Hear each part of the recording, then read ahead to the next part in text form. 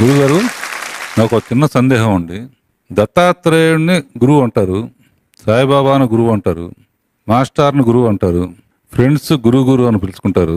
అసలు ఎవరు అసలు నిజమైన గురువు? మాతృదేవోభవ. గురు శబ్దానికి మన సంప్రదాయంలో చాలా విశిష్టమైన అర్థం ఉంది.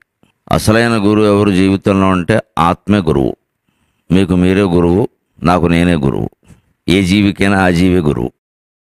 ఉద్ధరేదాత్మన ఆత్మానం నా ఆత్మానం అవసాదయేత్ ఆత్మైవ హ్యాత్మనో బంధు ఆత్మైవ రిపురాత్మనః. ఆత్మైవ హి ఆత్మనో బంధు, నీకు నువ్వే బంధువు. ఆత్మైవ రిపు ఆత్మనః, నీకు నువ్వే శత్రువు. మన ఆలోచనలే మనకు శత్రువులు, మన ఆలోచనలే మనకు మిత్రులు. అంచేత మనం నిజమైన గురువును కనుక్కోవాలంటే లోపలికి చూడాలి, బయట చూస్తే ఉపయోగం లేదు. బయట గురువింద గింజలు ఉంటాయి, గురువులు ఉండరు.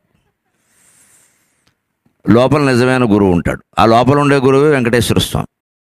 లోకంలో ఉండే గురువులు పోనీ అనుకుంటున్న వాళ్ళు మనకు ఆశ్రయం కోసం ఎవరినైనా ఆశ్రయించాలి అంటే గుశబ్దస్త్వంధకారస్య త్రిశబ్దస్తన్నిరోధక అంధకార నిరోధిత్వాత్ గురురిత్యభిధీయతే అన్నారు. మనలో రకరకాల కామమని, క్రోధమని, లోభమని, మోహమని ఉంటాయి కదా, ఇదే అంధకారం. దీనివల్ల మనం చీకట్లో ఉంటాం. లేకపోతే చీకట్లో ఎందుకు ఉంటాం? చీకట్లో ఉండడం అంటే అర్థం ఏంటి? ఏమీ కనపడకపోవడం, అంతే కదా. ఓ కామావేశానికి లోనైన వాడికి ఇంకేం కనపడదు. ఓ క్రోధావేశానికి లోనైన వాడికి ఏమీ కనపడదు. ఏముంటే అది బదలగొట్టేస్తాడు. ఓ మోహావేశానికి లోనైనా అంతే, ఓ స్వార్థానికి లోనైనా అంతే. నా ఇష్టం అంతే, నా స్వార్థం నాకు కలిసి వస్తుంది అంటాడు. అంటే ఆ ఒక్క విషయము తప్ప ఇంకేమీ కనపడట్లేదు అంటే చీకట్లో ఉన్నట్టే కదా. అంటే దాని నుంచి బయటపడాలి అంటే ఎవరు అంధకారం నుంచి బయటపడేస్తారు? ఒక వ్యాసుడు బయటపడేస్తాడు, ఒక వాల్మీకి బయటపడేస్తాడు, ఒక శంకరాచార్య బయటపడేస్తారు, ఒక రామానుజాచార్య బయటపడేస్తారు. వారు గురువులంటే. గోవింద హరి గోవింద గోకుల నందన గోవింద గోవింద గిరి గోవింద శ్రీ వెంకటేశ గోవింద. ఒక అద్భుతమైన విషయం చెబుతారండి. కన్య, పెళ్లి కాని అమ్మాయి నాకు గురువు అంటాడు దత్తాత్రేయుడు. ఒక ఇంట్లో ఆ తల్లిదండ్రులు ఎక్కడికో ఊరికి వెళ్ళవలసి వచ్చి అమ్మాయిని ఒక్కదాన్ని వదిలేశారు. ఆ అమ్మాయికి ఏదో 16-17 ఏళ్ళు వయసు చేసి సంబంధం చూడడానికే వెళుతున్నారు. వీళ్ళు కూడా వెళుతూ అమ్మాయిని వదిలిపెడుతున్నామని భయంతో చుట్టాలకి వాళ్ళకి చెప్పి జాగ్రత్తగా ఉండమ్మా, తలుపులు వేసుకోమ్మా జాగ్రత్తగా అని చెప్పారు. కానీ ఆ రోజుల్లో మర్యాద అండి, అతిథులు ఎవరన్నా వస్తే భోజనం పెట్టడం మర్చిపోకమ్మా అన్నారండి. అంత మర్యాద.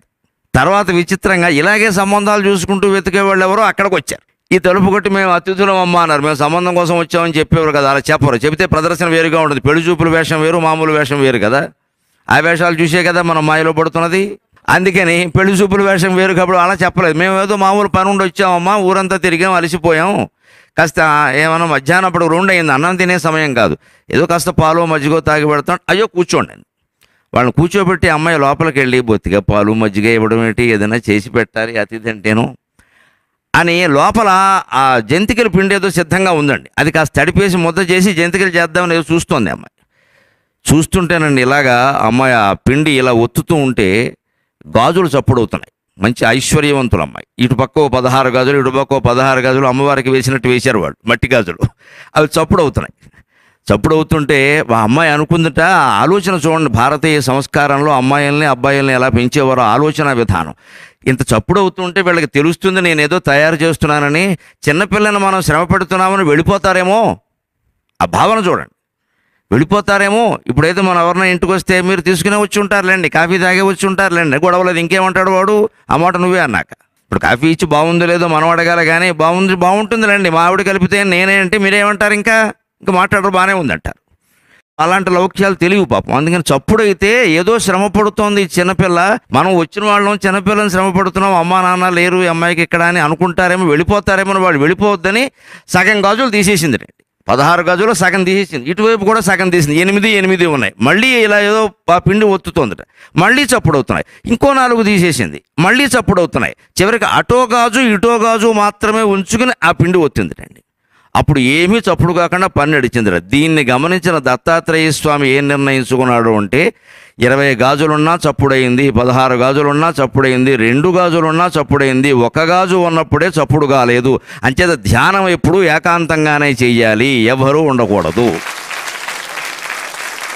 అని 16 ఏళ్ళు కూడా నిండాలి అని ఆ అమ్మాయి నుంచి అమ్మాయిని గురువుగా భావించి నేర్చుకున్నాడు. అంటే గురు పూర్ణిమ ఎందుకు ఉద్దేశించబడిందో అందరం గ్రహిద్దాం. శరం.